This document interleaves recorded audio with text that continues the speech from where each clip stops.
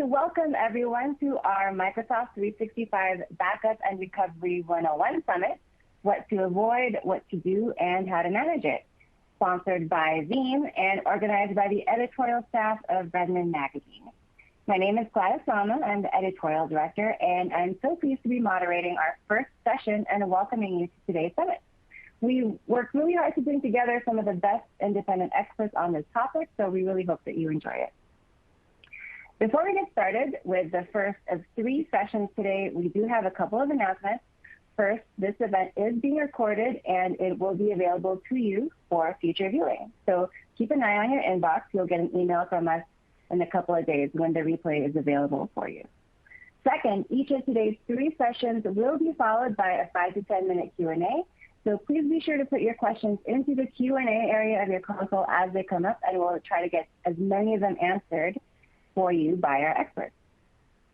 Note number 3, during today's third session, we are giving away a Nintendo Switch. So you have to be present to win so that you can be eligible. So make sure that you stay on for the entire event.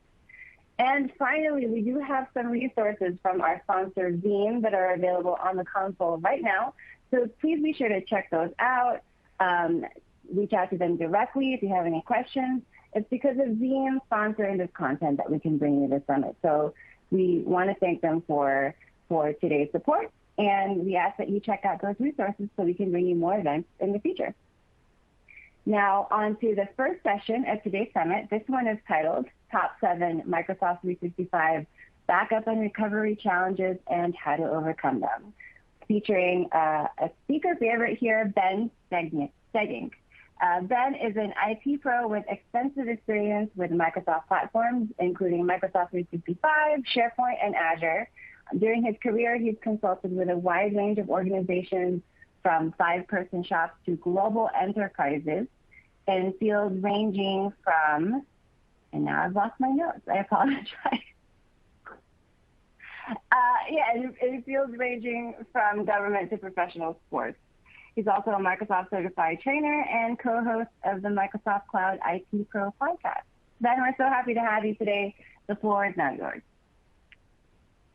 All right. Thank you, Gladys. And glad to be here again today. Glad to have everybody here attending. Like Gladys said, I've done a lot with Microsoft 365. If you do want to reach out, if I don't get to your question today, feel free to reach out via the website, Q&A slide. I also in my email. Feel free to connect with me.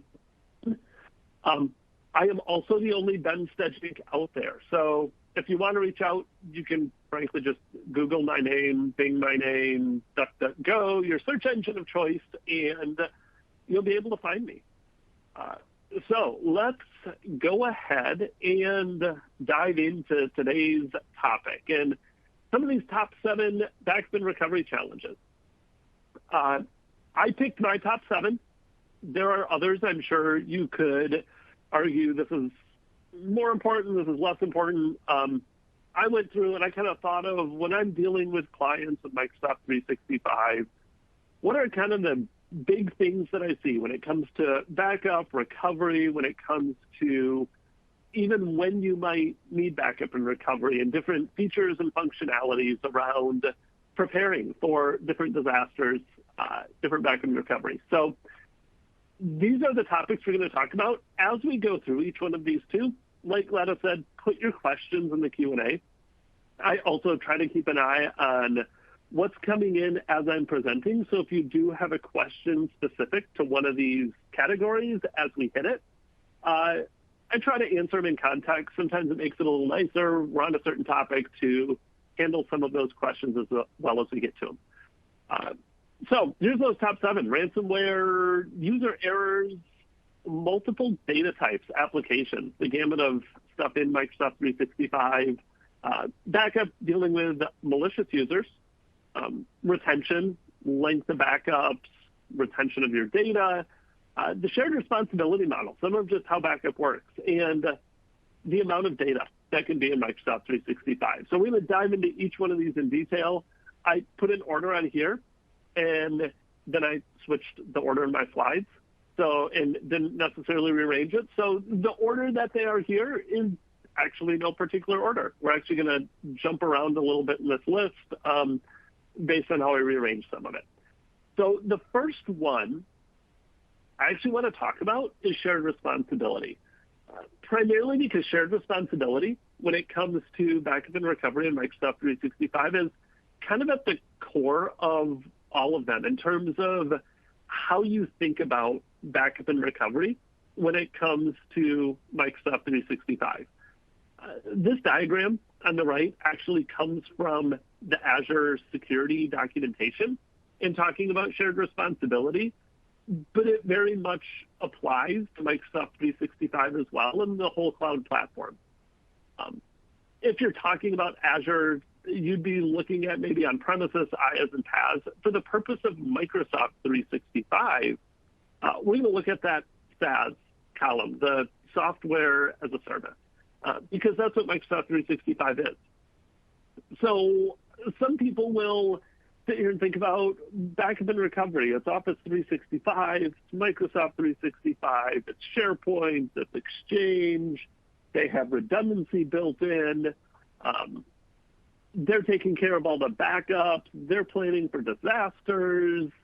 I don't really need to worry about it because Microsoft has all of that data and is backing everything up. And that's not exactly true, and that's part of the shared responsibility model. You can see when you're looking at that diagram, there is responsibility that's retained by you when it comes to your information and data that sits in the platform. And there's some details there, some underlying differences that we can talk about a little bit as we go. But by and large, you're responsible for your data, backing up your data, planning for some of the scenarios that we outlined in that first slide when it comes to your data. Your devices, all of those devices, your laptops, your phones, your desktops, your tablets, Teams room devices, whatever those devices are that are connecting to Microsoft 365, and how those could impact some of your backup and recovery and what you need to think about in terms of devices connecting to Microsoft 365. Accounts and identity, all those users that sit in Microsoft 365. Those user accounts that maybe you create in the cloud or you're in a hybrid environment and you're syncing those over to Microsoft 365. Having those are your responsibility. And then you can see when you get to identity, the directory infrastructure, there's maybe a little bit of both there. Again, if you're in a hybrid environment, you still have your domain controllers, your users are there. There's going to be some of that responsibility that falls on you from those on-premises domain controllers and some of that directory infrastructure. But there is going to be a part of that that starts falling then to Microsoft in this model, where Microsoft is, at the end of the day, responsible for Entra ID, or Azure AD as it used to be known as. So that when you get into a little bit of that shared model. And really when it comes to how do you overcome this, how do you think about the shared responsibility model, it's really knowing where do those responsibilities lie so that you can plan accordingly. And where some of that lies, even when you start talking about information and data specifically, is Microsoft does have a backup. Microsoft is planning for a disaster.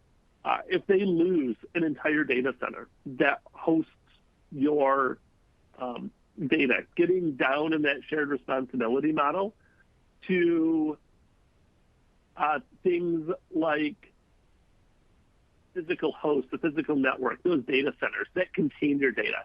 If something would happen to one of those, Microsoft is going to have a backup of your data. They're going to have restores that they can recover your data from, recover your accounts and identity from. If something happens down at that lower level, the operating system or the underlying services, the network control, the SharePoint itself sitting on those servers, Microsoft plans for disasters there. Microsoft is not going to be planning for some of the disasters that we're going to talk about, where they're self-induced or disasters that you or your users or some of your devices may create. And that's what we're going to talk about today, is what do you need to think about when it comes to those particular scenarios. And one of these is ransomware. Like I said, Microsoft is going to have a backup if one of their servers gets attacked. And let's say an entire data center at Microsoft becomes vulnerable to ransomware. They're going to have backup and recovery there. But what about your files sitting in SharePoint? Those files that are sitting in OneDrive, and you end up having a ransomware attack. Somebody gets into one of your devices. This goes into those devices and those endpoints that we talked about, where one of your endpoints gets compromised, user's PC gets compromised, and those SharePoint files sitting in SharePoint, files sitting in OneDrive, start getting encrypted. You can absolutely have your device, ransomware, starts encrypting everything, and then it gets uploaded to OneDrive. You have OneDrive sync in place. Documents are going up to OneDrive. Users have synced certain SharePoint libraries down to their devices. If you have a ransomware attack and those start getting encrypted on those devices, get uploaded via OneDrive, or potentially, not for much longer, through some type of WebDAV. You used to be able to do like map network drives to SharePoint over WebDAV. WebDAV is going away. If you're doing that now, complete side note, stop worrying about WebDAV and stop using WebDAV. But that type of ransomware can encrypt those files up in SharePoint to the point where your SharePoint files are no longer accessible. You can't use them anymore, and you have to go in and figure out, how am I going to unencrypt these files sitting in my SharePoint sites in OneDrive? Teams, I'll mention Teams. Teams files are still SharePoint files. So everything we're talking about here would apply to that Files tab in Teams as well, because those files all sit in SharePoint at the end of the day. So you need to be thinking, how am I going to account for this? What can I do? And SharePoint and OneDrive both do have point-in-time restores built in. Microsoft rolled out this feature kind of gradually. I think it started in OneDrive, then it came to SharePoint files and folders over the last several years, so that if you do end up in one of those cases where all of the files in a particular SharePoint library got encrypted, or a user's OneDrive files all got encrypted, you're able to go in, pick a point in time, and restore all those files to a point in time. This goes back 30 days, I believe, is the maximum you can get to do a point-in-time restore. Hopefully you realize that those files got encrypted long before you hit that 30-day time limit. And Microsoft even does have this URL. You can go download these files. You can go to the URL. If you go search for handling ransomware in SharePoint, it'll walk you through some of these processes and what's in place from that perspective. One thing you're going to want to think about is you don't want it to be encrypted again, so making sure you stop that synchronization, disconnect whatever device started encrypting those files, so that as you do that point-in-time restore, everything doesn't just get re-encrypted on that device or re-encrypted in SharePoint. So they'll walk you through that. And when it comes to that restore, I do have a screenshot here. This is what you get when it comes to restoring your OneDrive, where you can go in, pick a date, pick a time frame, and see, where do I want to do that point-in-time restore to, from a week ago, from 30 days ago, whatever that date may be. The one thing to keep in mind is that this is a point-in-time restore. This is designed for that type of environment where it's ransomware, and you want to roll back every file within OneDrive, every file within SharePoint, to a particular point in time. You can't go in and just pick and choose and say, this is the file I want to restore back to 5 days ago, or I want to go restore these 5 files or this particular folder. This restore process happens at the entire OneDrive or SharePoint document library level. You can see kind of at the bottom, it has a couple of those files. If you go pick a particular file, it will automatically select every single file above it. So this is rolling back that entire library And that is one thing to keep in mind when you're looking at what does Microsoft have built in for those ransomware attacks is the point-in-time restore every file in OneDrive, every file in SharePoint back to that particular point in time. Moving on to user error. This is another big one. And one of the big reasons that when I'm working with clients, I do tell them, you need to think about how are you handling files that disappear from your environment. User goes in and deletes files that are in Microsoft 365. They just go in, select them all, hit delete without thinking about it. They're done with it. They're not thinking about who else is using it. I have also seen files deleted due to synchronization. A user's trying to clean up their computer, and they go in, delete a bunch of files in their computer, not necessarily realizing or not thinking through the fact that this is synchronized to a SharePoint site, or this is synchronized to my OneDrive. And if I go in and just delete all these files on my computer, it's going to synchronize that deletion all the way up to my SharePoint site or my OneDrive site. This could be a rogue PowerShell script. I've had this happen to me before, where we were writing a PowerShell script for a particular function we needed to do. We were doing it as part of a Power Automate flow. We were going in and maybe copying files, deleting files, doing some cleanup, and one of those PowerShell scripts went rogue and deleted a bunch of files. This is one of those where Microsoft is not going to take responsibility for you deleting files in your own Microsoft 365 environment.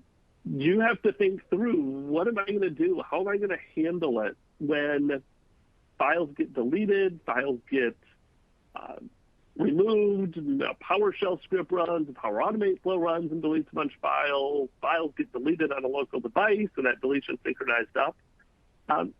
Microsoft has a few things here, and this is kind of what can I do? And it kind of depends. If it's just a flat-out file deletion, someone goes in, deletes a file from a document library, it's going to go to that SharePoint recycle bin. It will sit in one of two recycle bins for 93 days. A first stage recycle bin, second stage recycle bin. These also, I think Microsoft maybe even changed some of the terms where it's like the user recycle bin and the admin recycle bin. Essentially, it's two levels. A user deletes a file. It first goes into that user recycle bin where users have the ability to go in and undelete their own files, just like the recycle bin works on a computer. Goes in there, deletes it, you can always go find it and restore it. If a user would go in and delete it from that first stage recycle bin, that's going to go to a second stage recycle bin where only the site collection administrator can get to it, can go in and do a restore. These files stay in those recycle bins for a cumulative total of 93 days. If it sits in the first stage recycle bin for 93 days, it's going to be deleted in 93 days. It'll never actually get to the second stage. If a user deletes a file and then deletes it, does like a force delete, essentially, from that user recycle bin or that first stage recycle bin, it'll then go sit in that second stage for the remainder of the time.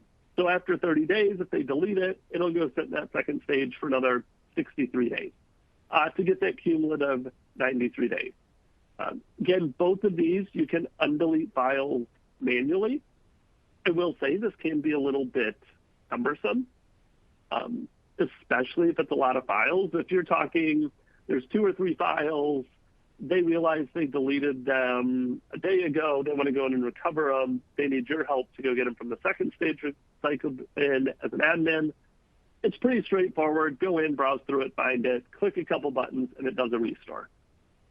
The case where it's maybe been 60 or 70 days and there have been hundreds or thousands of files deleted, it can be cumbersome to go find all of those, find them manually. I will say if they've deleted like 100 or 200 and you have to go find them and click each one to do a restore manually, it can be some work. You can go in and use a PowerShell script. There are PowerShell scripts out there. If you go search for PowerShell scripts to undelete files in SharePoint, they absolutely exist, you can go use them. This also gives you some of that item level restore. We talked about the encryption, the ransomware, where it's a point in time. Recycle bins are going to give you that item level restore. Downside is, in the case of ransomware, it's usually not a deletion. It's usually an encryption. So these recycle bins wouldn't really help you with that item level there. The other thing you do have is versioning.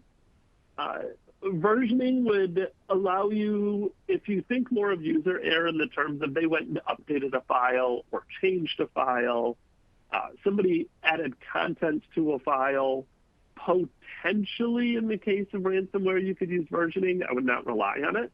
Where in SharePoint, you can go back and revert to a previous version of the file. SharePoint libraries, OneDrive have versioning all turned on by default now. It's part of the co-authoring functionality that's in SharePoint. So versioning allows you to get to it in files. Moving into some of the other platforms, Power Apps is another one where you will get versions of Power Apps that you've created.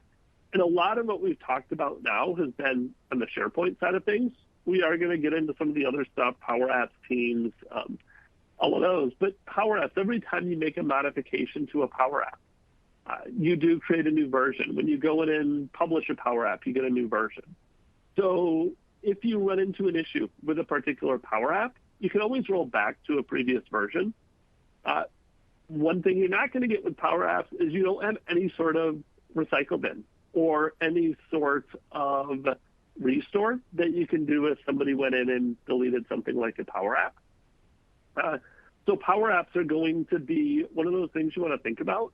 And finally, when it comes to user error, is really prepare and plan. Don't overlook the fact that a user can create a disaster in your environment by doing a bunch of deletes or a rogue PowerShell script. And really think through and plan for whatever that backup procedure is that you're creating, whether it's using built-in Microsoft 365 features or using some of those third-party features that might be available, or third-party applications for doing those restores of files in SharePoint, especially if you want some of that additional functionality that maybe a third party might provide. Next one, data types and applications. Moving out of a little bit more SharePoint specific and thinking about some of the other things in Microsoft 365. There's a lot of applications in Microsoft 365. I haven't counted them. A lot of them do rely on SharePoint and Exchange. You look at things like Teams. But then you also start thinking about things like Planner, Entra, where all your users are, Power Apps we mentioned when we were talking about versioning, flows that you built in Power Automate. You have applications like shifts and bookings, and if you're using Dynamics, that kind of gets outside of Microsoft 365, but also still connected to it. There's a lot of different applications that you may use that don't fall into that SharePoint, Teams, Exchange, even Planner and Power Apps. So what are people using? Are people using Planner and have a whole bunch of plans with tasks?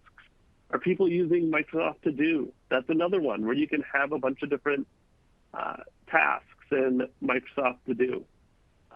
You really want to think through not just files, but what am I doing about Power Apps, about Planner plans, about my IDs that are stored in Entra, about flows that are in Power Automate. And I saw a question here. Lynn, I'm going to try to highlight some of this as I go through, where Lynn actually asked some common mistakes or pitfalls that organizations encounter when it comes to Microsoft 365 backup recovery, strategies that can help avoid these. I will absolutely cover that. And one of those things kind of relates to this, Lynn, is think about Microsoft 365 as more than just email and SharePoint. What happens if somebody goes in and deletes all of your IDs from Microsoft Entra? If you're in a hybrid environment, what happens if someone goes in and gets a hold of your domain controller breaks the hybrid connection or deletes all your users out of your domain controller, a synchronization runs, and it affects all of your users in Microsoft 365. I would say one of those common mistakes is not thinking through Microsoft 365 as a whole and thinking about just SharePoint, maybe Teams, and Exchange, and forgetting some of these other things.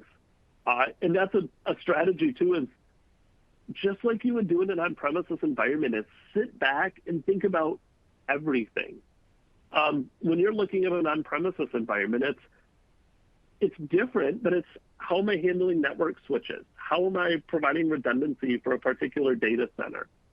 What about this server? You think about a lot more than just, oh, what about my files on my file server? Or what about my emails on my Exchange server? You're thinking about your entire environment. In Microsoft 365, well, it's not the hardware and the switches. It's all the applications and everything else that's still involved. And getting into what can you do once you think through it. How do I start accounting for all these different data types, these different applications? One is make sure you're backing up what you can with what's available to you. We talked about some of the out-of-the-box stuff in terms of recycle bins and versioning, but a lot of times you need more. When it comes to Teams, SharePoint, OneDrive, and Exchange, there is now a Microsoft 365 backup. It just hit public preview within the last week, I believe. I can't remember exactly when the email came. It's just been within the last week or two. Both that and Archive became available. For now, Microsoft 365 Backup will be focused on those things that we just talked about: Teams, SharePoint, OneDrive, Exchange. And really from Teams, it's more of the files. Some of the other third parties, and Veeam is obviously one. They're the sponsor of this one. They have some backups. There are a lot of other ones out there as well. I'm not going to name names. This is sponsored by Veeam. Go check out them. But there is a very much a realistic aspect of you need to go out and see what else is available, because this is one particular area where Microsoft, one, is even slow to the game coming up with their own, but then doesn't back up everything. Even now, they're just starting with a small segment of that data. When it comes to Entra, there are a few things you can go look at as well.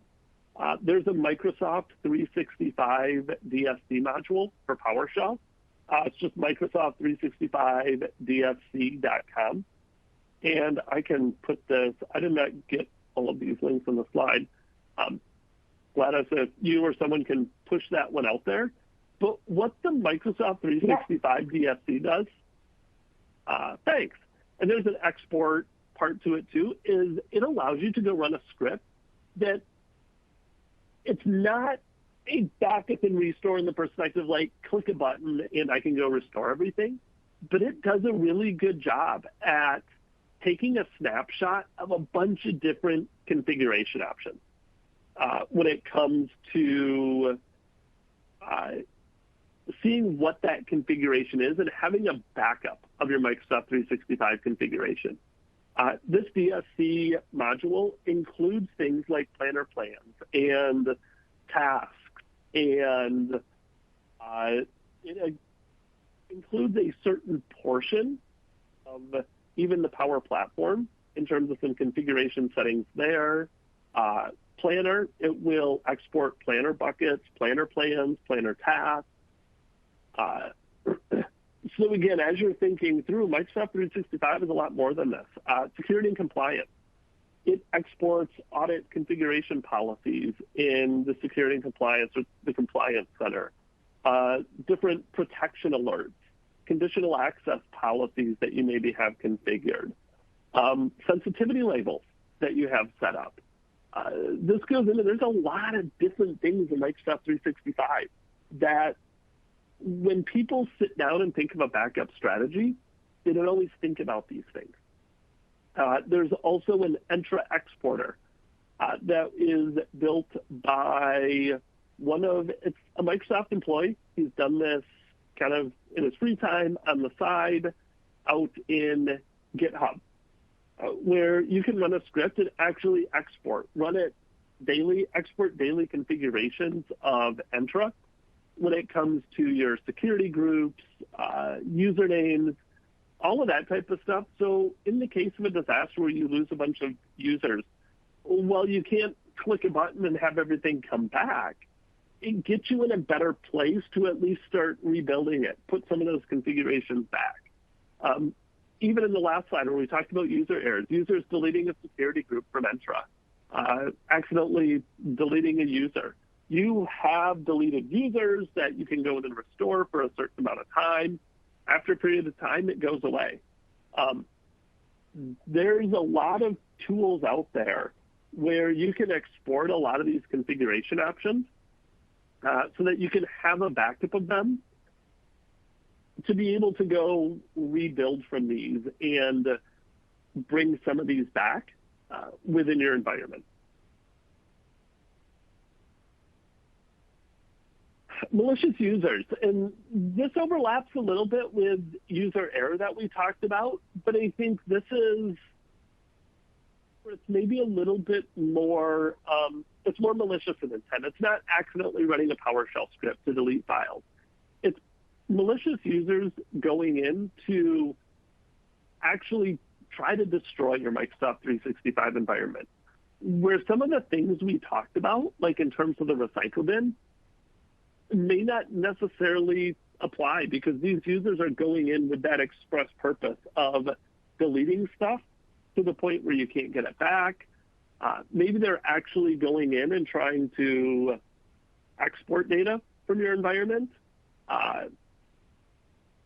This is another one of those disasters where people don't always think about this. I've gone into a lot of environments where people are like, yeah, I'm taking backups of my data. I can go restore my data, again, thinking more SharePoint files, but just as equally of a disaster, it could be somebody went in and got all of my HR records and exported those files with bank account numbers. People went in and, yeah, Andrew, I saw your question. Gladys, this is another one. I threw it in the chat. So Gladys can push that GitHub out to you. It's github.com, and it's actually under Microsoft. It's /Microsoft/Entra Exporter. That Intune management, it's similar to that Intune management one, Andrew, as well, where you can go in and take some snapshots of it. There's also the same guy that wrote the Entra Exporter actually has, it doesn't fall quite as much in this. He has like a conditional access documenter too, where it documents it all. It's a little bit more for reporting. The details of it aren't quite as good. I would actually look at like DSC for some of the conditional access stuff. Okay, going back to this. See things in the news about data breaches and companies having their sensitive information published externally. So when it comes to malicious users, there's a couple ways I tend to think about this. There are actually three of them. One is backups. We talked about they're going in with malicious intent. They maybe have a global admin account in your environment. So when they go in and they delete everything in a SharePoint site, they also go in and empty all the recycle bins. They empty the first stage and the second stage recycle bin. And at that point in time, you're on a lock. Your recycle bins are empty. The 93 days isn't valid because it was intentionally deleted in both environments.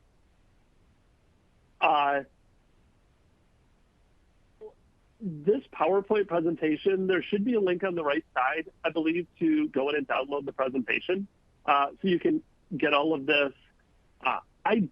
Some of these links I actually was going in and coming up with later, so not all of these links that Gladys is putting in the chat are going to be in this slide deck. If you miss something too, my email address will be at the end. My email address is in the slide deck. Email me and I will be more than happy to email you links too that didn't make it into this documentation.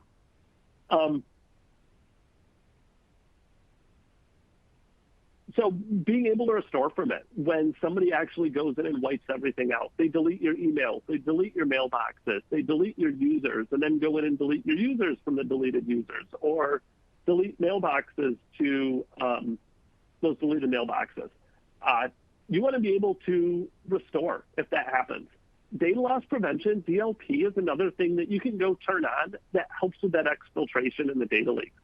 If you go put on things that reduce external sharing ability for files that have sensitive information in it, not only can this be a compliance, but this can also help for protecting against malicious users.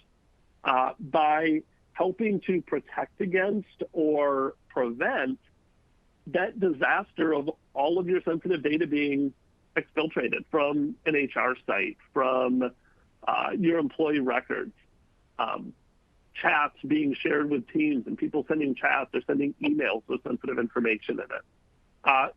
So while you don't necessarily would think of DLP as a backup and recovery, I think it's one of those to help prevent those disasters, help keep you from having to go in and figure out how to recover from all of that data being exported. Another one is insider risk management.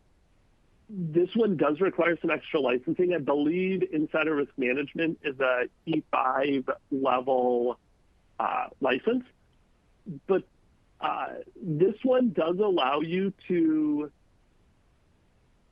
go in and essentially set warning flags of a malicious user's activity, of bulk files being deleted when it comes to files being deleted by a user. Being able to look at sensitive information, being able to collect diagnostics and detect download activities where a user went in, downloads a bunch of files, maybe because they're planning to delete them all online or they're trying to compromise your environment. So insider risk management, if you're in an environment where you're actually really worried about risk by users that have accounts, valid users in your environment going in and doing malicious activities, insider risk management is a great one. You can also tie this to certain events like a user getting terminated, being let go, your HR system being updated. There's a lot to insider risk management, but it's absolutely one of those that is worth looking at. Retention is another aspect of backup and recovery challenges. Is how long do I want to retain my data backups for? Do I need to keep data backups in place for 7 years? Do I only want backups for a rolling the last year, for the last 2 years, 3 years, 4 years? What do I want that backup schedule and that retention of those backups to look like? And this is another one to look at when you start looking at what are my options for backing up data in my environment. If I'm running those DSC scripts to export Entra IDs, where am I putting those exports? How long am I going to retain those for? How am I going to go manage all of those exports? Or my SharePoint files and emails, how long do I need to retain those backups for? And then another aspect to it is, what about retention labels? If I have retention labels on that data, do I want my backups to automatically clean up some of that data that has a retention label on it? Maybe I keep my backups for 7 years or 10 years, or in fact, maybe I keep my backups forever. I don't have a retention policy on backup, but financial information where I have a retention of 7 years, I actually want it to be purged after 7 years. How am I handling that retention of backups as well as retention of files that may be included in my backups? All things to think about. What can you do when it comes to retention? First of all, retention policies aren't backups. They aren't equal. I also see this one a lot.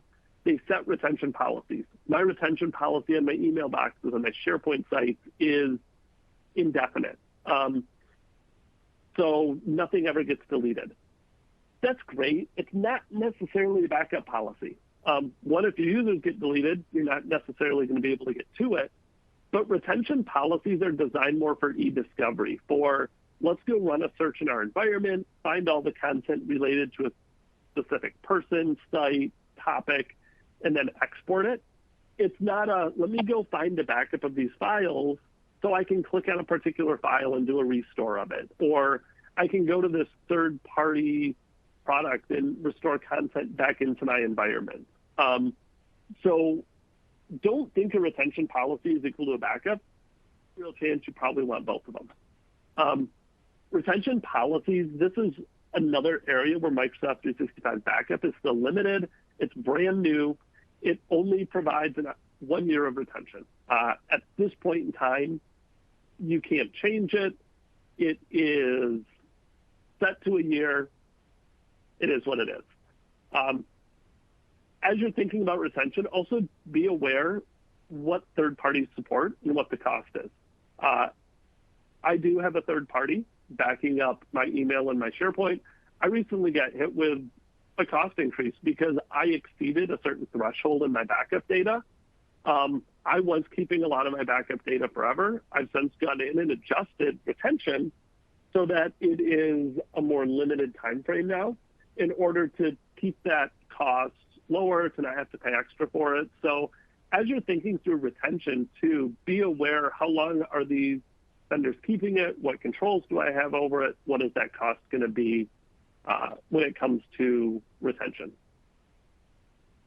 Data quantity is another one to consider when it comes to backing up Microsoft 365. We talked about how many services are there. That's one aspect of it. More and more content is there as well. SharePoint sites, files in SharePoint due to Teams files, more and more email. As mailboxes have gotten bigger, you don't have any control. Microsoft gives you 50 gigs of mailbox space on a E3. I think you're up to 100 gigs on an E5, maybe even 100 gigs on an E3. You have unlimited archive. People are keeping data. How are you going to handle that, especially that initial backup? Current backup options until Microsoft 365 Backup came along, it was slow. And this is something to keep in mind too as you're planning for this. An initial backup of a Microsoft 365 environment may take days due to throttling, due to API limitations that Microsoft has. This also impacts the frequency. If backups are only going so fast, maybe I don't have a recovery point of every hour or every 2 hours. My recovery points when it comes to Microsoft 365 may only be I can go back a week, or maybe you're able to get in once a day. After that initial backup, a lot of it, you can get to at least a day of that recovery point, and where you can roll back to how far or how frequently that data in the backup is, so you can update from it. Again, just another thing to think about where with Microsoft 365, you don't necessarily have some of the same types of options that were available in a typical on-prem environment, from ways you can increase the speed of it by increasing network connections, by adding different hardware to increase that speed. You're set by what Microsoft has, and that may be that speed and that RPO. What you can do about this is really keep an eye on this Microsoft 365 backup. Unfortunately, current backup options up until now, every vendor has access to the same APIs. Every backup option ties into the same endpoints in Microsoft 365 for getting that data out. The nice thing is with Microsoft 365 Backup, you can go buy it straight from Microsoft. It's a pay-as-you-go model based on the amount of data you're backing up. You're going to pay for it. But with this Microsoft 365 Backup, they also introduced new APIs for these third parties to be able to use. So when a company like Veeam is building a third-party backup solution, they can actually go in, leverage these new APIs that Microsoft has released, and speed up these backups. And these are significant increases. We talked about like a daily recovery point objective for what's currently there. Once you start getting into this Microsoft 365 backup, Microsoft is saying an RPO in the first 14 days in the past, 0 to 14 days, you're going to have a recovery point of like every 15 minutes. That's a big difference from the days that you used to have. And once you get outside of those 15 minutes or 15 days, you're looking at like a 1 week RPO. So they'll keep a lot more data that's frequent. As it gets older and older, it does get a little bit more sparse, at least for SharePoint. When you're looking at Exchange Online, Microsoft is saying this new Microsoft 365 backup is going to have a 10-minute recovery point for that entire year. All 365 days, your recovery point for an Exchange Online mailbox is going to be 10 minutes. Your recovery time, the first site, the first mailbox is going to be within a day. That first SharePoint site will start being restored. Maybe that first mailbox will start being restored, or take a day to get that mailbox or that SharePoint site fully restored. So another one of these, and it's a kind of a common theme throughout backup and recovery because it can be so different from on-premises, is just know some of these risks when you're looking at these, what those RTOs are, what those RPOs are.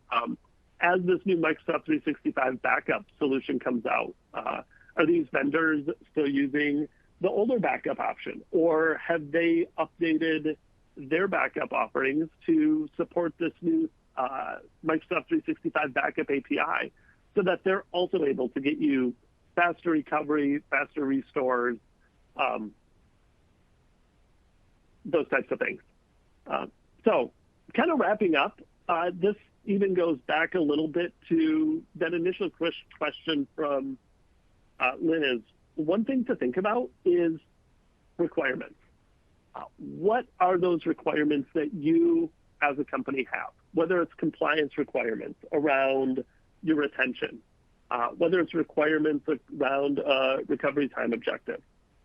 One thing we didn't talk about is requirements around where those backups are housed. Do you want them housed in something outside of the Microsoft cloud? Do you want your backups out in AWS for some type of recovery or some type of restore? So this is something I really hammer on with a lot of clients, even outside of backup and recovery, is what are your requirements? We can go turn on Microsoft 365 backup. Microsoft 365 archive is another one that recently came out. We can go create all these scripts and these flows in Power Automate to back up things that Microsoft 365 backup doesn't cover. We can go buy third-party solutions. But unless you really are honed in and have detailed out what are all of my requirements, what do I need backed up, what are the scenarios that I want to account for, what are any of those recovery time, recovery point objectives. Until you know that, you're not going to be able to select the right solution for those backup and recovery needs. So that would be my process, what you do. Hopefully, all of these pointers gave you some things to think about, gave you some options to consider, gave you some directions that you can go if you are looking to implement some type of backup and recovery solution for your Microsoft 365 environment. And again, thank you all for being here. We do have, I did a good job. I didn't go too long and run out of time for questions. So I think, Gladys, we have maybe like 5 minutes or so for some questions. Yeah, I'm going to try to squeeze as many as we can in the remaining time that we have. But first, I want to remind folks that, yes, if Ben didn't get a chance to answer your question today, or something comes up to you after this summit is over, you will get these slides in the replay, and Ben's contact info will be right there, so you can reach out to him directly. All right, Ben, so first question for you from Alex. Is there anything in Microsoft 365 that can't be backed up? Anything that can't be backed up.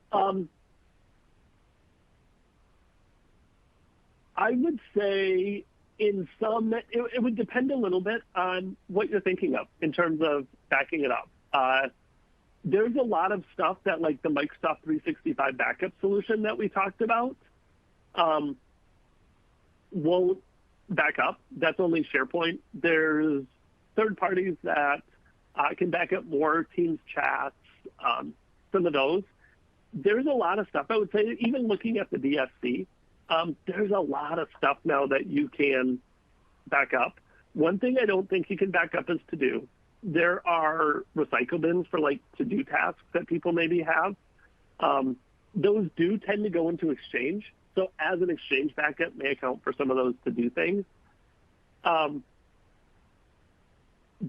backing up everything requires piecing different things together. There is not one solution I know of that will back up your entire environment.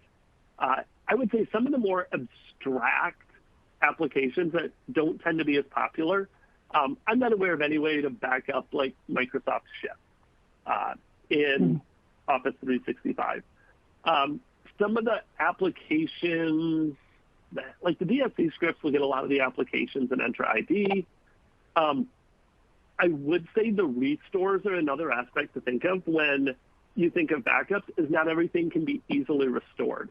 Like Teams chats you can back up, but they end up in backup files. There's no way to put those back into Teams so that you can have those chats right in there. So the restore is another aspect of that to think about, where maybe I could export everything, but also think through how am I going to get all this back in? And does it go back in the way I want? Or is there a lot of manually recreation of stuff? Like planner plans. I can maybe export a bunch of them, but it might be some work to go recreate some of those. So I think a lot of it you can back up. Think through the restore as well. Great.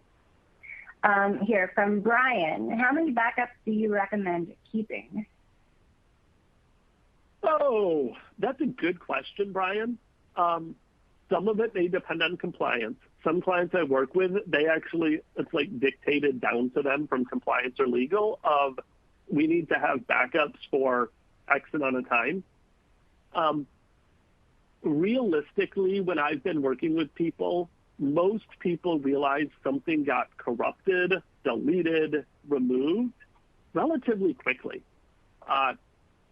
So I don't know that I would even say a specific number of items. It is rare that I have ever seen somebody have to go back more than a year to get items. And I think that's maybe even why Microsoft 365 started with a year. Personally, I have a year of backups of my data. But very rarely do I see people having to go back that far, because usually ransomware you know right away. Files are maybe the biggest one, where someone deleted a file, it's been 6 months, 7 months. That's what I would think through, is how often do you really need to go back more than a year to recover certain data? Okay. Yeah. All right, what's next? Okay, we got something from Stevie. Do you need to put all users in different groups, or is it recommended to put in one group for backing up mailboxes? So I think I know what you're asking, Stevie. Basically, I keep the same backup of everybody in terms of everybody gets the same backup policies. You could probably argue you could separate it out a little bit. Maybe C-levels, executives get backed up much more frequently or have a different backup policy than maybe external contractors or temp employees. But the reality is anybody could have content. By and large, unless it's costing you a whole bunch of money and you need to cut costs somewhere, I tend to put everybody kind of in that same backup policy from that perspective. Great. And I'm going to wrap up with this question from Austin. Do you see companies using hybrid on-prem and Azure backup solutions like on-prem NAS and Azure Cold Hot Storage? Using hybrid on-prem and Azure backup solutions like on-prem NAS? Yes, I do. And I think that's another very valid solution too. The only thing I would say is you want to be a little careful of, like, let's say you're backing up to Azure and somebody has an admin that has access to both Office 365 and Azure. Maybe they would think to go look at an Azure subscription to try to find backups and delete them.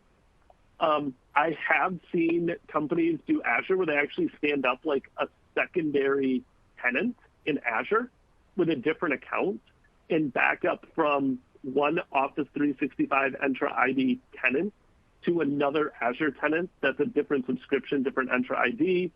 I have also seen people using on-prem NAS, especially for like email and SharePoint backup, where they're running some tools to back up that online content into on-premises hardware. So absolutely a valid solution that I've seen people do and worked with clients that have done that before as well. Perfect. Well, I think that's all the time we have for today, Ben. Thank you so much for an excellent presentation and for answering all those questions from our audience. Everyone stay tuned. We're going to take a very quick break, and we'll be back at the top of the hour for our second session of the day. That one's called Modern Microsoft 365 Backup and Recovery Best Practices for Modern Disasters. So in the meantime, take a minute to check out those resources on your console provided by Veeam, and we'll be right back. Right. Thanks, everyone. Okay, welcome back, everyone. I'm David Rammel, editor of Virtualization and Cloud Review, here to moderate the second session of our summit, now discussing modern Microsoft 365 backup and recovery best practices for modern disasters. Our speaker for this session is Howard M. Cullen, Senior Resultant at the Tech Channel Partners Results Group. Howard is a technologist and creator of compelling content who has spent more than 40 years in the IT industry. During that time, he has held senior executive positions in many of the top channel partner organizations, and he currently writes for and about IT and the IT channel. He's a sought-after speaker, an insightful observer of the technology landscape, and one of our favorite presenters. Howard, it's great to have you here. Please take it away. Hello, David, and hello, everybody.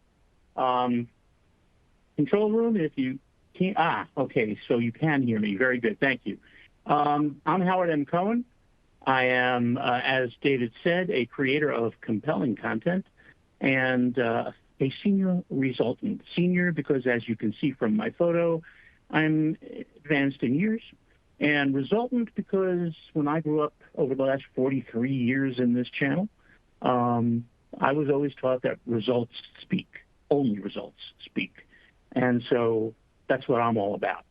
The two QR codes you see will get you to more information about me or to my new Substack, the Business Technologist Journal. Okay, so today we are going to talk about modern Microsoft 365 backup and recovery best practices for modern disasters.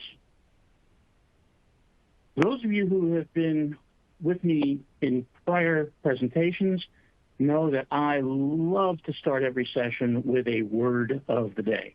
It's the writer in me. I can't help myself. And no surprise, the word of the day today is disaster. Boom, oh, there's a disaster for you.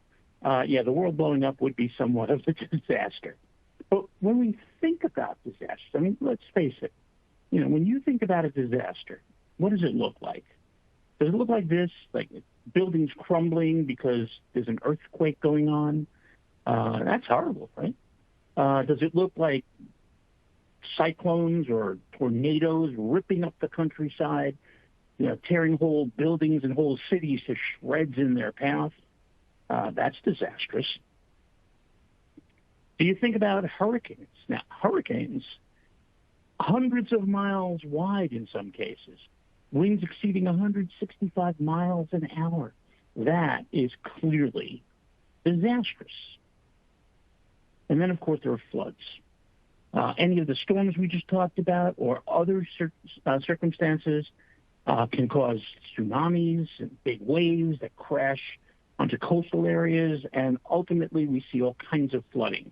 More recently, because of the melting of the polar ice caps, we've seen even more flooding. So Yeah, these are clearly disasters. But all of these disasters have one thing in common. They are products of nature. People like to refer to them as acts of God. I see them simply as produced by nature. Now, of course, we can say that some of what nature does these days is caused by the actions or inactions of people. And that would be true. And in today's presentation, we want to talk more about modern disasters. So what does a modern disaster look like? And yeah, the earth blowing up could certainly be the result of a modern disaster. Let us certainly hope not. But here's a good example of a modern disaster, right? Thousands of people descended upon the center of our democracy, the United States Capitol, and tried to stop the constitutional order of natural and peaceful transition of power. And that was disastrous and has remained disastrous in many ways for quite some time. We see many events like that where people rise up and do things that ultimately cause disaster. We see riots where people are protesting something and they're not being peaceful. The thing is, when you come down to it, people are far more devious than nature could ever be and can be far more destructive. And we're seeing that more and more. Now, some of the disasters we're seeing, it's a kind of a questionable thing. Were they caused by people?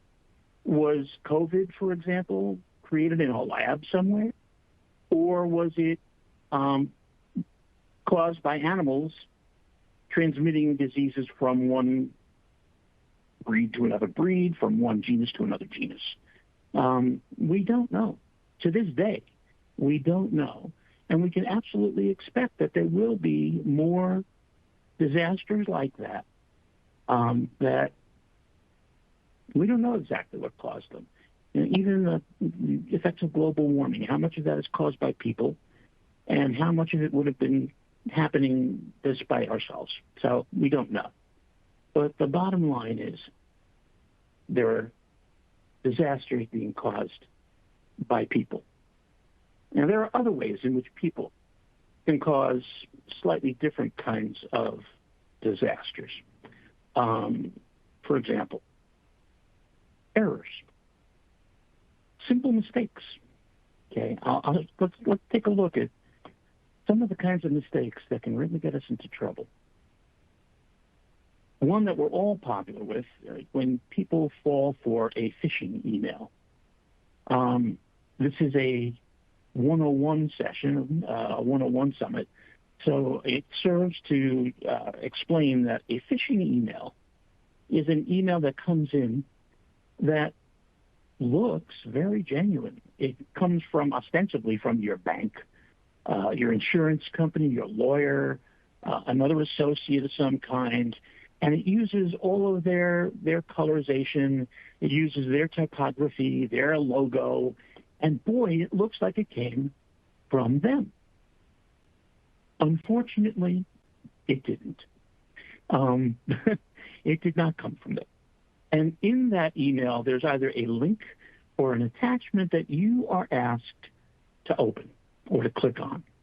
And when you do, you immediately open the gates to disaster as cyber criminals come rushing in to appropriate your data, to corrupt your data, encrypt your data, outright steal or destroy your data, and wreak havoc on your network. And once they're in, they move laterally throughout your network, causing all kinds of mayhem that any company would consider a disaster. In some cases, those disasters impact you, the consumer, as a consumer. When a bank is invaded this way, and we hear about millions of bank cards being appropriated, now people are spending your money and your money and your money and your money and all you have is insurance to protect it, insurance from the card provider. That can be disastrous, at least for the card provider, if nobody else. So phishing emails, ransomware, if you will, there's nothing more gut-wrenching than receiving an email that says, you are now the victim of ransomware. We have your data. You can't use it, but we can. If you want to use it again, you will pay this amount of money in this way. Nothing will twist you up like that. So I hope you never, ever experience that. For those of you who have, I feel very sorry for you, and I hope that you've recovered well. Okay, so phishing is one way in which we see disasters being created by people. Another, and this one's becoming more and more popular, I hear about it more and more all the time, is misconfiguration. Somebody enters something wrong. It could be an IP address. And then they're getting more and more complex, especially now with IPv6. There are other kinds of criteria that you have to enter and things that you need to set within your control consoles and whatnot. And if you do it wrong, data will be redirected to the wrong place. Just that simple. That can be disastrous. Imagine somebody accidentally reroutes all of your mail to your greatest competitor. Nobody meant to hurt you. You're hurt. So there we go. Misconfigurations frequently cause all manner of disasters. Inadvertent file saves. It is very likely that there is nobody listening to the sound of my voice right now who has not experienced an inadvertent file save. You take a document and you open it, and it makes a great template for the new document you have to create now. So you start editing the document to represent the new client that you're writing it for, the new conditions, the new terms and everything that goes on in a document. You changed it. And then carelessly, you click save. You never changed the file name. And now you've clobbered the original file. Now, this could be a minor disaster if you catch it right away and you can dial back to the previous version, or you can restore it from whatever cloud file storage system you're using. For a long time now, we've had the ability to dial back to previous versions. But even those disappear after 30 days or 90 days or what have you. Once they're gone, they're gone. And depending on what the document was, that can be a disaster. Another way in which we see people creating disasters are people who do it on purpose. And in this case, I'm talking really about insiders, people inside your organization, people inside your firewalls and your IPS and all your other protection. And they are the ones who are causing the damage. And they do that in many, many different ways. We've talked about the first one, the careless user who accidentally hit save when they should have changed the file name first. We've also talked a little bit about payment card breaches. When somebody knows you have thousands or millions of credit card holders' data, and they go in and they steal it, and they sell it on the dark web. And they make a lot of money doing that. And the insurance companies, the payment card companies, and sometimes the consumers lose a lot of money. That's disastrous. The next one is industrial espionage. Industrial espionage, people stealing each other's trade secrets. Lately, we've been hearing about this more and more on the nation-state level. That is, it's not one company doing it to another, although there are plenty of companies doing this today. But it's like a nation like China, for example. We've seen reports in the newspapers that China is stealing U.S. technology secrets over the internet, and they're using those technologies. That can be far more disastrous than just companies going after each other. If a nation-state appropriates the right data, they can conceivably shut down our power grid. Think about what a disaster that could be. They could cut off our connections to communications. They could interrupt, for example, the Colonial Pipeline. They could interrupt the functioning of necessary conveyances of goods and services and communications. Bad. Very, very disastrous. Then there's data theft. Data theft. Now, the first thing we think about are the payment card breaches, but there are other ways in which data can be stolen, other data entities that can be stolen. And perhaps the most insidious form of data theft comes from, when the thief doesn't let you know. They don't destroy the data. They don't corrupt the data. They just go in and quietly copy the data. They've been there, they've got your data, and you don't know it. You don't know it until suddenly your customers start receiving marketing materials from your competitors, or a product comes out that is clearly based on your designs. There's no more insidious kind of cybercrime than the silent kind, the kind where you don't know what happened until the real disaster hits later on. And, of course, there's situations in which people join your IT department who you really just never have hired. They have every intention of going in there and appropriating what they can, damaging what they can, interrupting what they can, either because they're being employed by your competitor, by another nation state, by somebody who wants you taken down. Okay? Wars happen like this. There are wars going on where no shot is fired, but whole countries, whole nation states are being threatened. And this is just the beginning of that.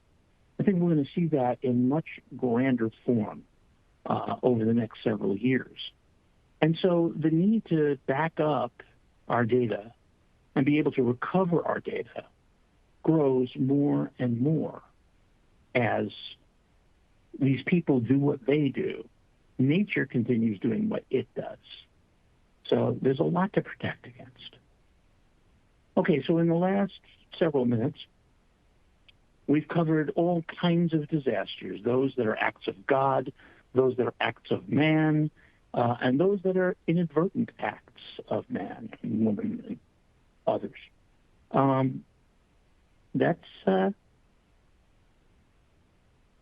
It's a scary picture. Let's talk now about how do we get back from that? How do we protect ourselves against it to some extent? But if, God forbid, all of our protections fail, how do we recover? Okay, so to launch that discussion, I need to put disaster recovery itself into context. Because all too many people, when they think about disaster recovery, they're thinking about the recovery of lost or damaged data. You know, we talked about everybody loves data, okay? But data is not the only thing that's been compromised in a disaster. So your recovery plan, your data recovery plan, that is only a component of an overall, larger, overarching disaster recovery program. And if you don't have one, I strongly recommend that you, at the end of today's sessions, sit down with your people and start building one. There are great templates out there that you can access, and they can form the foundation, but you really need to fill in the details. The first and foremost priority in any kind of disaster is people. We need to get our people to safety. And I'll use a very vivid example. And I'm sorry for this if it upsets you. It certainly upset me on 9/11 2001. I was on the island of Manhattan, and I was able to see the World Trade Center when it was attacked. I had friends there. When those two airplanes hit those two towers, that was a man-made disaster. Nobody could predict it. There was no weather forecast that could tell us it was coming. There may be some people in government who knew, but they didn't share it with us. And so every person who was in those two buildings had no idea it was coming. But when it came, everybody had to get out as quickly as possible. Nobody was thinking about their data. I hope nobody was. Now, there are smaller versions of that. We see, all the other things we talked about, the earthquakes and the hurricanes and all those terrible things that happen. Those are a little more predictable. But use this example to point out that there was no great overarching disaster recovery program in place in which everybody knew where to go and what to do when 9/11 hit. It wasn't. And so everybody fended for themselves. Some climbed up, some climbed down, some stayed in place, and many regret the choice they made. Don't let that be the case in your disaster. Have a disaster recovery program in which everybody knows where to go. Where do you shelter? Where do you take refuge? How far do you go until you meet up with others? Who is assigned to lead others? And how are they going to do that? There's all kinds of detail, many of which are represented in these templates that I talked about. But the most important thing is that you have a plan in place ahead of time, preferably that you've practiced that plan until people know it. You have ready access to the documentation so that when a disaster does hit, your people are ready. Forewarned is forearmed. Once we've gotten them to safety, whatever that means, it may mean that they've all gone home. It may mean that they've all gone to a co-location center where you've set up everything for them. It may mean any one of a number of things. But the very next thing you want to start to do is provide access for all of them, because you want to keep your people informed. Once they're out of physical danger, they're still deeply in emotional danger, mental danger. They don't know what's going on. They don't know what's happening. And if there's one thing people want, it is to know what's happening and what's going to happen. And so you want to establish communications with them as quickly as you possibly can. Make sure everybody knows what network to get on, or what frequency to listen to on the radio if necessary, or what have you. Whatever your plan is, make sure that everybody knows what it is and everybody knows what to do when the time comes, because you want to make sure that everybody is kept informed and knows what's happening next and knows what to do next, so that they don't get themselves confronted with a decision that they don't know how to make. Next, and I listed it as establish a data center. And for those of you who are using cloud and have been using cloud for years, it's very likely that your data center is already established. It's the same data center you use every day. It's the data center in the cloud. It's your cloud data center. And if you're using the right cloud services, that data center is duplicated in several other data centers. The big three have hundreds of data centers located globally, and they replicate your data routinely on an ongoing basis so that at any given time they can sell you over to a different data center. Now, if all those data centers are gone, we all have a much bigger problem that probably looks kind of like that exploding planet that we saw in a few slides ago. That is likely not the case. So if you're in cloud, you probably have a leg up on establishing a new data center. If you still have any components of your infrastructure locally in your own premises, then you need to have a redundant solution in place, fail over to it, and let everybody know how to connect to it. And for those of us who lived through that for years, I don't miss it. I don't think you do either. If that is the case, you're going to need to restore your last known good backup. And if you're providing backup properly, if you're managing it effectively, it'll be readily available. It'll be a reasonable restore point, not too terribly long ago, and off you'll go. The next one, I don't know why, some people seem surprised by this next item, which is to resume operations. And I guess it is the people manager in me that actually decided that needed to be there. Resume operations. As much as you want to resume operations because you want your business back in business, certainly, it's important for your people that you resume operations as soon as possible. People in a disaster, the one thing they want most is a return to normalcy. And one of the ways in which you can return normalcy is to put them to work. Get them back to doing what they usually do. And many employees are gratified that they can get back to work quickly. They see it as a sign of faith they should have in their company for providing such an excellent plan, maybe, but most important, they occupy themselves so they don't sit there worried and afraid in the dark.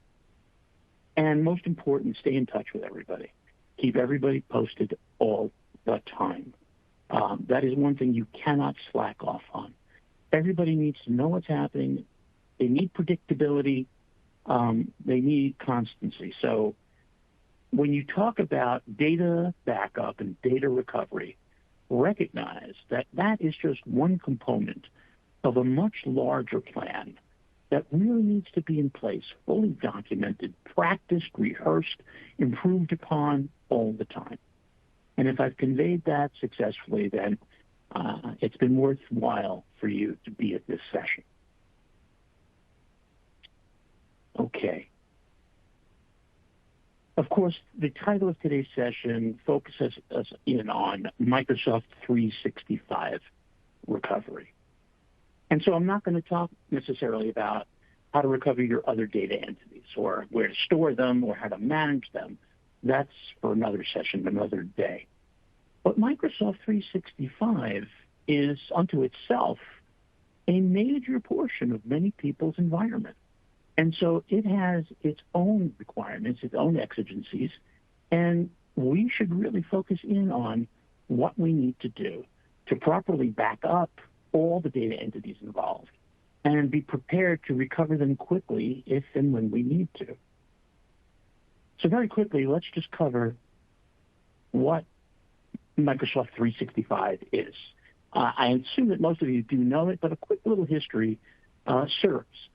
Microsoft 365, as we know it today, it really began its life in the 1980s as Microsoft Office. The applications that were introduced back then, Microsoft Word, Microsoft Excel, PowerPoint, and so forth, they're all still part of today's Microsoft 365. But moving it to the cloud, moving it to the internet, really started out as a product very unfortuitously named BPOS, the Business Productivity Online Suite, BPOS. And that was kind of a terrible name, but that's how it was introduced. And by popular demand, it was very soon thereafter changed to Office 365. To represent that it was the Microsoft Office suite of applications available to users 365 days of the year, always available for your use across the internet. Fantastic. Now, many years have gone by. They decided that it was the heart of Microsoft, so it became Microsoft 365. And we also have Dynamics 365, Windows 365. But focusing in on Microsoft 365, one of the challenges that we in the industry have faced is that many users think that Microsoft 365 backs up itself. How wonderful that would be. Microsoft 365 backs up itself. We don't need to do a thing. We're protected. We're safe. Let's grab a drink. Okay. Obviously, I'm here to dispel that myth. Ever since the very beginning, Microsoft has provided and promoted a shared responsibility model. Okay, they share responsibility with you for the environment in which you use Microsoft 365. How does that work? So on the left, you see we have Microsoft's responsibilities, and we have your responsibilities. So let's focus in on Microsoft. What is Microsoft doing here? First and foremost, we talked a moment ago about those hundreds of data centers that Microsoft has all over the world. Well, Microsoft takes full responsibility for that global infrastructure. And that's no mean feat. Hundreds of data centers, literally millions of servers connected all to each other and to the internet with redundant connections and redundant systems and all kinds of safety safeguards, trying our best to be as green as possible and as responsible as possible to the environment in running them. Microsoft has really cut itself a huge challenge in providing this level of compute capability on a global basis and doing so in the safest, most sustainable possible way. And I, for one, celebrate them for doing that. They also provide all the supporting technology underneath that. In respect to the data, as I mentioned a little while ago, your data, wherever it is and whichever of Microsoft's global data centers it's stored at, is replicated routinely and consistently and continuously from one data center to others, multiple others. That happens automatically from data center to data center to data center to data center. You don't have to do a thing to make that happen. You see the recycle bin, which is kind of a short-term data recovery capability. If you accidentally delete something, you can certainly retrieve it. And truth be told, Microsoft 365 has some great facilities for helping you do that. Certainly OneDrive does, SharePoint does, but they provide all of that technology. They also provide security at the infrastructure level. They assure that nobody is going to breach a Microsoft data center. That's what they do. They also assure that the services they provide will contribute. I'm saying this very carefully, so follow me here. The services they provide and the infrastructure they provide will contribute to your ability to be compliant with any regulations you are subject to. Now, to be crystal clear, there is no product, there is no service that is unto itself compliant with regulations. You can't get a regulatory compliant device. Doesn't exist. However, devices or services can contribute to your ability because it is you that have to be compliant, your operation or your customer's operation that need to be compliant. And in the case of many, the companies they do business with also have, their business associates also have to be compliant. It's not about the products, it's not services, it's about the business entities. Okay, and Microsoft does their part. If you're using any of them, whatever services you're using, they will contribute to your ability to be compliant. They will not negate it. Now let's get to your responsibilities. Okay, and the first one is your Microsoft 365 data. It is yours. Ultimately, you own responsibility for it, and we'll talk a little more about that in a moment. You're responsible for backing up that data. Now, yes, they're replicating it from data center to data center, but they recommend that you also take responsibility, and we'll talk about why in a few minutes. You take responsibility for backing up your data. You also take responsibility for making sure that your data retention operations match your data retention policy. That is, if you say you're going to keep a file for 10 years, it better not be gone before 10 years. On the other hand, especially if you are subject to regulatory compliance, If you say you're only going to keep a file for 6 months, if a file is still there after 6 months, you're going to need to explain yourself. They want every company in most regulations, almost all regulations, want you to strictly comply with your own data retention policy, which you have stated and published. So that is your responsibility. Data level security.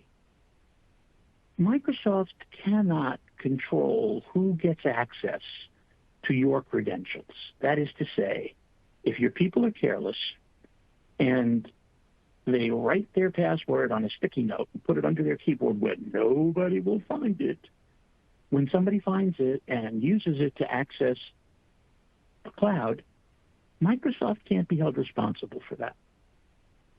They have no way to control it. So access to data level is completely within your purview. It's something you need to provide. And the same is true in your role as the owner of the data.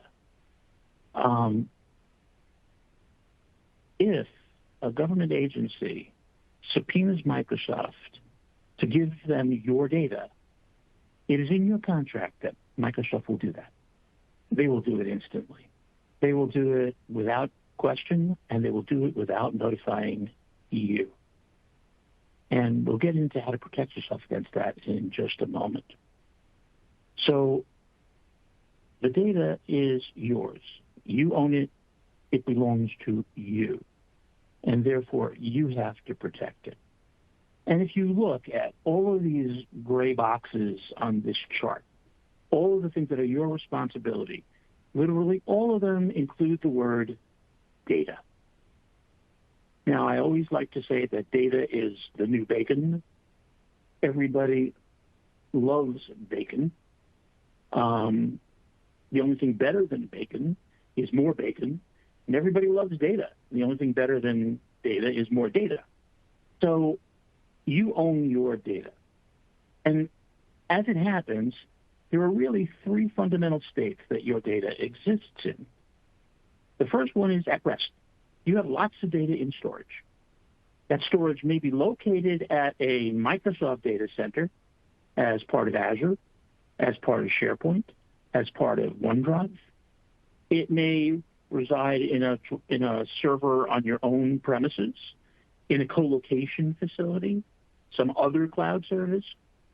But wherever it lies, it's at rest at that time. Of course, data never makes money unless you put it in motion. You want to sell your data. You want others to use your data. You want them to analyze your data.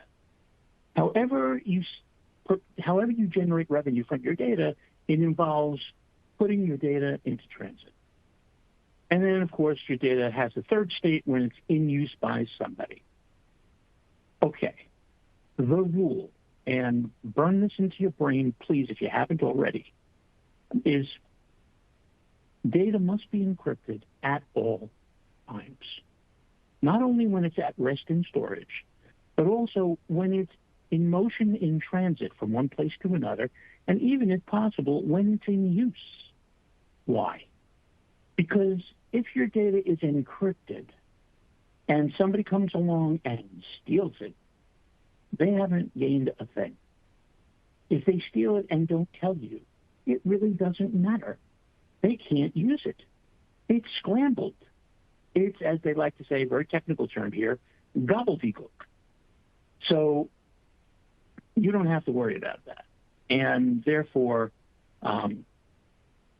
you want to make sure that it's encrypted at rest. In transit, same thing. You want it encrypted. Now, here's the other rule. Once you've encrypted everything, do not, under any circumstances, share the decryption key with anybody unless they have need for it. So, for example, your cloud service provider, in this case, Microsoft. Let me assure you, Microsoft never needs that decryption key. They don't. They don't care about the payload. They're much more concerned with the headers and trailers of all your packets. And that doesn't involve the decryption key. So they don't need the decryption key. Now, remember I mentioned a moment ago that the government may come along and subpoena your data, and you may never know they got it. And that's not a good posture to be in, is it? However, if they don't have the decryption key, they either shrug and say, oh, well, got nothing there, or they come to you to request the decryption key, at which point you are aware that they have your data. So it's good policy, good procedure, always, to encrypt data at all times and keep the decryption key away from anybody except those who must have it to be able to use your data. Back in the day when I was a fledgling systems integrator, we used the protocol of FTAM to back up data and to safeguard our backups. This is like 1991, a long time ago. What did FTAM stand for? It was the Ford Truck Access Method. That is, a truck pulled up to the back of our data center. We gave the truck driver a tape, and they took it back to some vault somewhere that was hermetically sealed and totally protected. And the most embarrassing thing in life would be to show up to that and not have a tape to give them. You did not want to be that guy who didn't have a tape to share with the Ford truck driver. So that was then, and this is now. Today, one of the most popular rules that we set up is the 3-2-1 rule. 3, you want to keep at least 3 copies of your data, 3 backup copies. Those 3 copies need to be stored between at least 2 different storage media. It may still be tape. It may be disk. It may be in the cloud. It may be, hopefully not thumb drives, but it may be whatever you determine it needs to be. Write once, read many disks, warm disk, it's still out there. You need 3 copies on at least 2 different kinds of media, and at least one of those copies needs to be stored off-site, completely separated from anything resembling a network connection. As we like to refer to it, air-gapped. There's no way to connect to that data. That is an immutable, unreachable copy of the data that is only accessed under emergency conditions when all else has failed, so that if somebody has come in and encrypted your data for you and is holding you for ransom, you can simply go get that and restore it and tell those cyber criminals to go fly a kite. So let's take one last look at Microsoft 365. Those of you who see Microsoft 365 as just Word, Excel, and PowerPoint, and that's probably those of you who are individual users or small little organizations, not worrying so much about all the other applications. If that's all you're using, hey, back up on whatever device you like. Back up as if you were running a copy of the software locally on your own hard drive. Those 3 applications are the same classic productivity applications we've always used. If you want, hey, back it up on OneDrive. That's a great place to back up your data. It auto-replicates there. Okay. However, in the Microsoft 365 environment, you also have to worry about a wide variety of other data entities. Outlook has the Exchange data store to worry about, which uses the Exchange server, which is online. The Exchange message store is a huge, complex database. Teams has tons of databases. SharePoint, tons of files. I mean, there's all kinds of different things. And, one of our sponsors has pointed out that there are many, and if you look at this chart, there are many different data entities that have to be backed up. Now, for those of you who have the bravado to think you can back all this up yourself, my suggestion, my recommendation to you is don't try this at home.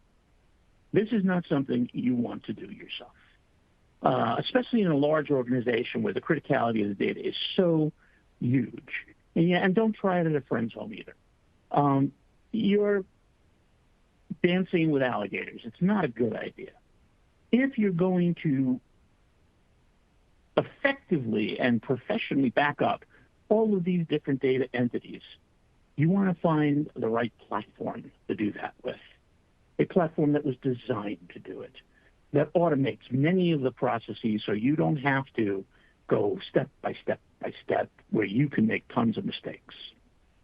All right, so now we're reaching the point where we want to get to some questions. Let me just leave you with some famous last words. Famous last words. Number one, great news, the backup ran. But will it restore? This is a question we've been asking forever. And the solution to this is to always be testing your backups, no matter where they are, no matter how you back them up. Do test restores as frequently as is practical so that you know when the time comes you can depend upon that backup to restore and get you where you need to be. And here's two sets of famous last words that are going to fly in the face of each other. Number one, remind all your people at all times in every way you possibly can that data integrity is everybody's responsibility. Everybody is responsible for the maintenance of data integrity, for proper backup at all times. At the same time, I implore you, never depend upon your users. You will never establish a consistent level of responsibility amongst a user community to back up their data. And finally, the right data management platform is the ultimate best practice. Take your time, think a lot, put a lot of research into choosing your platform. But when you do, let that platform be your guide to best practices in backing up everything that has to be backed up in a Microsoft 365 environment. I left fewer minutes than I wanted to for questions, but hopefully, David, we have some. We certainly do. And before we get to those, I'd like to remind the audience that we can take questions up until about 5 minutes to the top of the hour, in order to give you a short break before the next session. So please send them on in now. And let's go to the Q&A console. Here's a question from Lynn in the audience. Howard, you might want to launch a whole new seminar on this one. Let's see what you can do. Lynn says, how should organizations approach data retention policies when implementing Microsoft 365 backup solutions, and what considerations are important for compliance and legal requirements? First of all, let me say hello, Lynn. How are you? It's good to see you. Lynn is a frequent flyer at my presentations, I think all of our presentations, and he is always want to provide a question of this depth. And I always answer them that you're right, David, that would take up a whole other session to answer. But in short, I will say that the magic word here is assessment.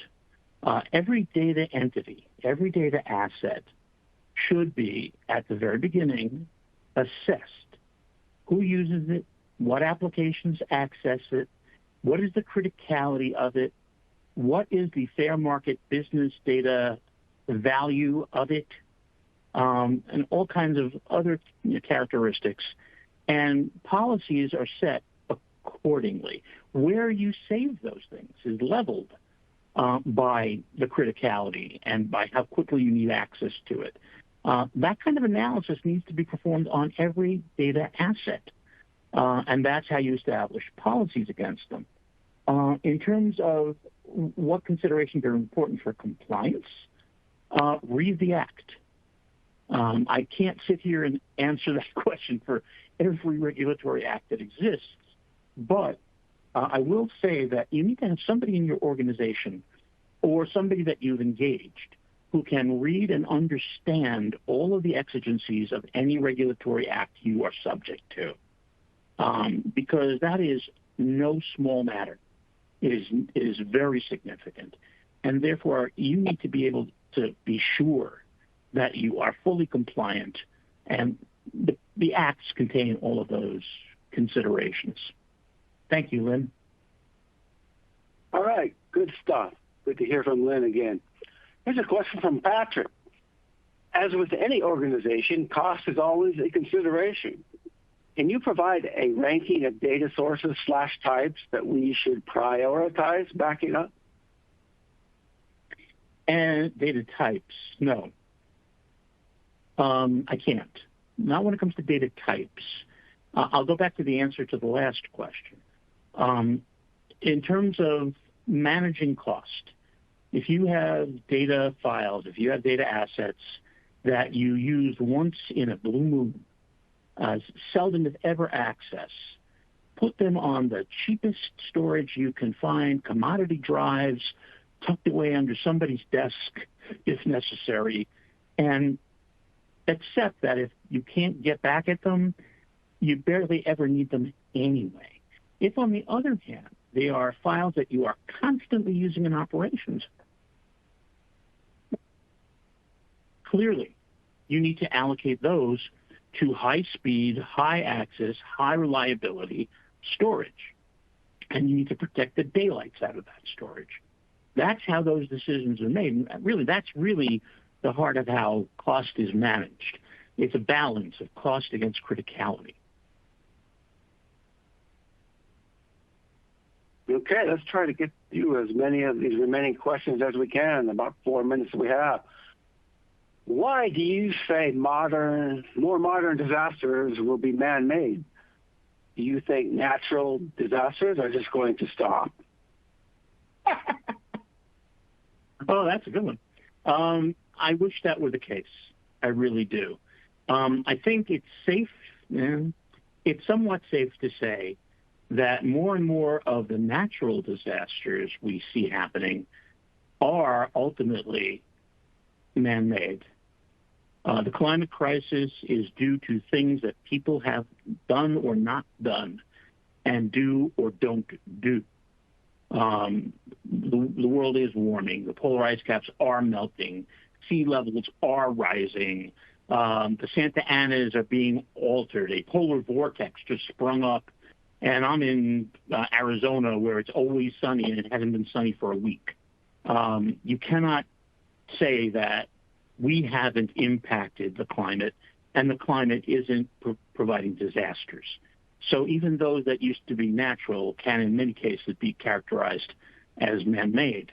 That said, we're seeing more and more of the Colonial Pipeline style and the 9/11 style and the October 7th style and September 11th style, all of these events that are being caused by people. So in my mind, we are more and more the cause of our own disasters. That's the best answer I can give that. Okay. Couple more. I'm not sure if we can get to both of them, but let's tackle this one. Not sure what you meant by misconfiguration and how it impacts data backup. Okay. Misconfiguration doesn't necessarily directly affect data backup. It does affect, however, the possibility of creating a data nightmare. I was recently made aware of a situation in which somebody reconfigured something as simple as a fax server. A fax server. Now, unfortunately, this fax server was located in a medical practice office. And so they use fax for all of their prescriptions, for all of their referrals, for all of their requests for procedures. Everything they do that involves other healthcare facilities is communicated over fax. And they very quickly realized that they were losing thousands of faxes that weren't going to the right places. And in many cases, they didn't know where they went. This became a disaster very, very quickly. And it all came back to some erroneous keystrokes when somebody was configuring that fax server. So misconfigurations, configuration mistakes can impact anything. And ultimately, in many cases, your only recourse may be to restore the most recent backup that wasn't impacted by them. But I just see more and more reports, more and more people talking about how that wasn't an accident. It was just somebody doing something stupid. And it's unfortunate. Okay. Well, looks like that's all the questions we have time for. So thanks again, Howard, for a great presentation and answering all those questions. Thank you, David.